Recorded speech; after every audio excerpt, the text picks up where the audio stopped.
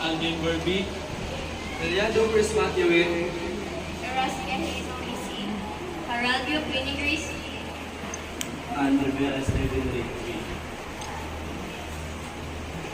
we are here to present and to defend our research title, rationale, and statement of the problem. So everyone, allow us to begin. Our research title is The Relationship Between Sleep Duration and Academic Performance, a qualitative study of senior high school students at Canawin National High School. introduction. A recent study by Show et al. Examined the relationship between Chinese university students, academic performance, and sleep duration.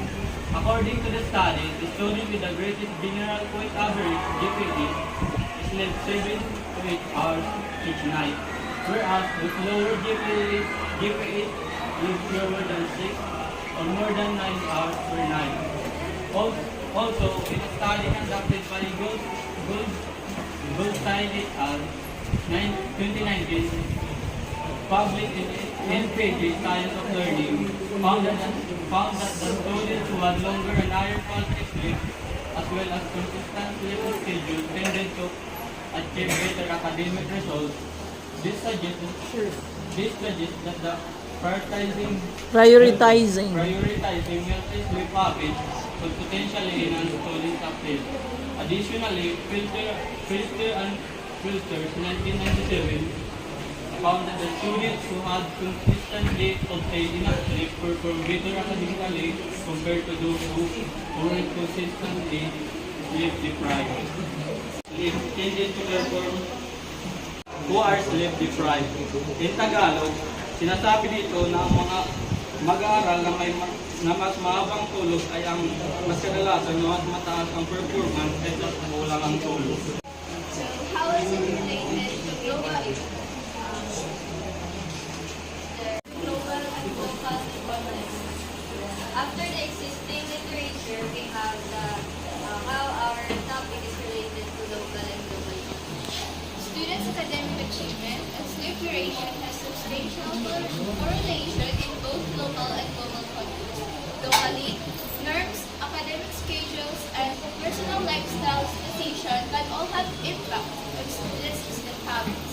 Worldwide, research continuously demonstrates that getting enough sleep is necessary for the best possible cognitive function, which includes learning, memory, and attention, all of which are crucial and scholastic achievement. But in many nations and cultures, students give up sleep to meet social and academic obligations, which has a Detrimental. impact on their academic performance. In order to improve students' academic performance and general well-being, it is imperative that we address the universal educational issue of supporting healthy sleep habits. Locally, cultural norms, academic schedules, and personal lifestyles decisions can all have an impact on students' sleep habits. Like, yung academic schedules natin, meron siyang malaking impact sa sleep habits natin and local. So, in worldwide, pag enough yung sleep natin, mayroon siyang possible cognitive functioning. Or, pag meron tayong academic obligation, so yung yung pagtulog natin is na Impaired. naapektuhan. Like, madami tayong mga trabaho, like yung mga work.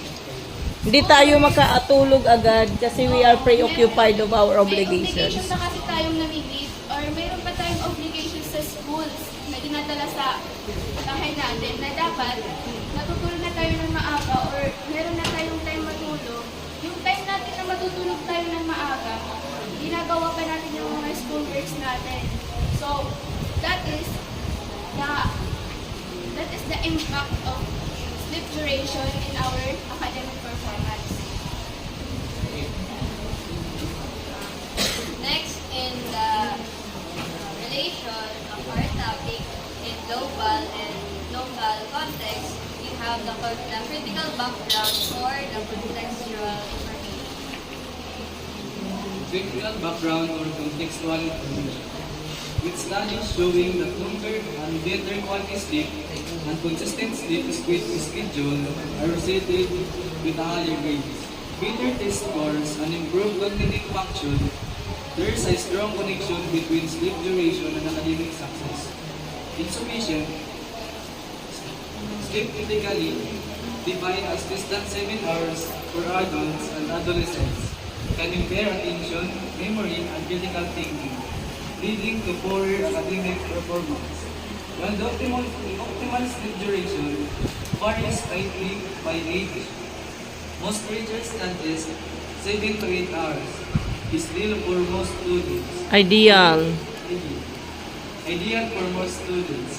However, the relationship between sleep and academic achievement is complex, influenced by various factors like age, pre-existing health condition, and individual sleep. The critical background highlights the importance of adequate sleep for academic success, considering its impact on cognitive function and educational background. Tagalog, ang kahalagahan ng sapat na tulog para sa akademikong tagumpay, sinalang-alang ang epekto nito sa pagganap ng pag-iisip at ito nga resulta ng pang-edukasyon.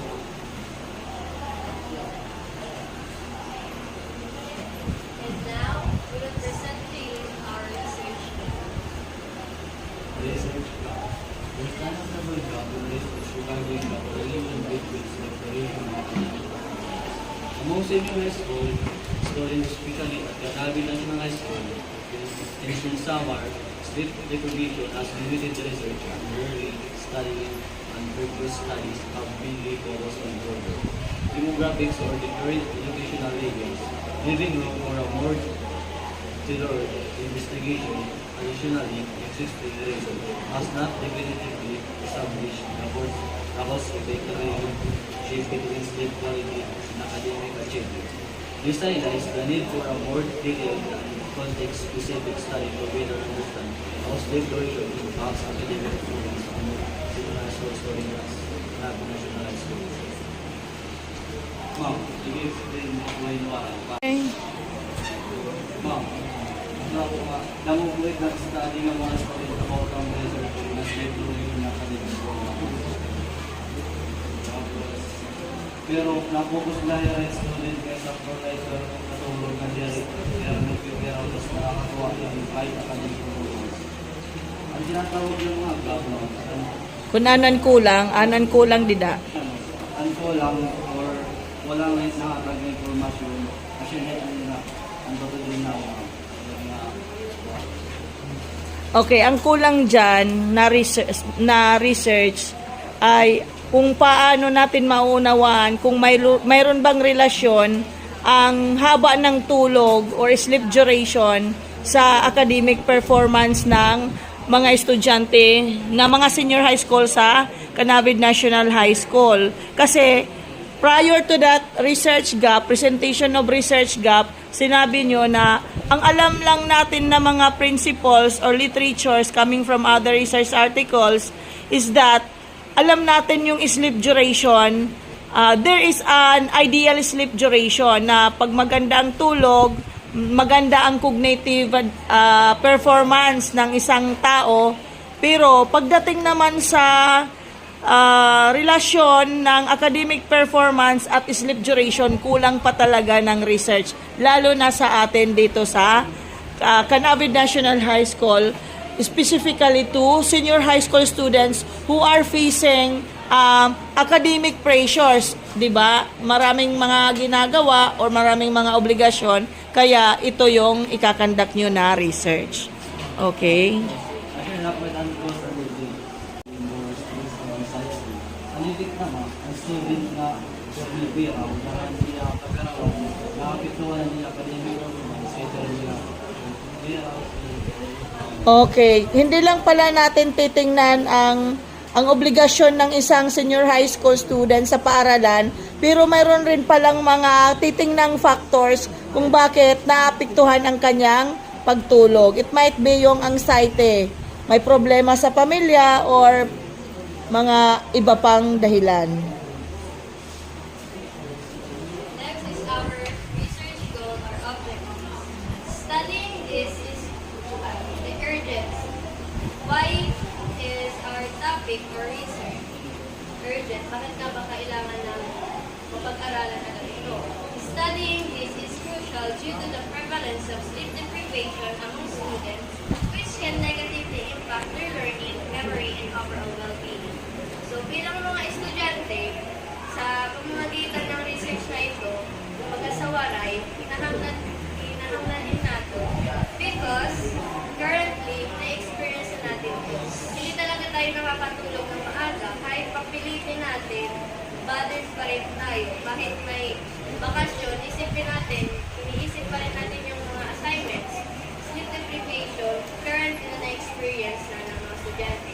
Hindi lang yung about sa academic performance, negatively impact their learning, memory, and overall well-being. Kasi minsan, kahit napapansin naman natin na pag ang tulog natin bitin, lutang, yung tawag, di ba? Oh, lutang. Tapos, syempre tayo as St. Jude, ang first period is mathematics. Kung puyat ka, ano daw? Mahirap pa naman na subject yung mathematics. Yes, ma'am. Kahit Kapag lutang. Hindi lang yung explanation, kung 4 hours lang yung tulog mo, hindi talaga maganda yung tulog mo, may epekto yun sa memory. Parang naaalis agad kahit kakasabi pa lang sa'yo. And overall well-being. Kasi maliban sa ACADS, ang hindi kumpletong tulog ng estudyante, nakaka-apekto din ito sa ating health. Now, our research goal. This research aims to deal and bring understanding about the relationship of sleep duration and academic performance that would help develop strategies to improve students' Yes. health and academic outcomes. By exploring students' experiences, this study could contribute valuable insights for future research and initiatives aimed at supporting student well-being and learning. So our goal is to bring understanding ano nga ba yung relasyon ng sleep duration and academic performance. According kay Rivera, Steven, na yung research gap namin, may mga nagtandak na pero hanggang duration lang. Pero wala pa yung ano nga, connected nga ba talaga? Yung kung gano'n, yung haba ng tulog, hindi ng tulog mo sa performances mo. Tapos, we aim to help develop strategies to improve students' health and academic outcomes. Sa pamamagitan ng pag-explore or interviews is validated research, students' experiences, this study could contribute valuable insights for future research. In our research, maaaring gamitin din ng mga future generations pa na gagamit kung gagawa man sila ng connected ba sa sleep duration and academic performance and initiatives aimed at supporting well-being and learning. Maliban sa focus ng learning, well-being rin kasi connected yung sleep as students sa learning also sa well-being o health ng mga students. Next, we have the statement of the problems. This study will focus on understanding the experiences and perspectives of senior high school students at Namin National High School during the 2023 to 2024 school years. Researchers will explore how students view different factors affecting their sleep duration and how it is related to their academic performance. Instead of asking questions that require specific measurements, the study will ask open-ended questions to gain insight into students' individual stories and perception. So, ito nga mga statement, the upper statement is your general problem. Okay. Move to the specific questions, research questions. First, can you describe your typical sleep routine or school night and weekends? Pwede describe nyo ba yung typical na pagtulog nyo or sleep routine nyo kapag school nights or school days sa weekend? Kung meron ba yung pagkakaiba kung sa school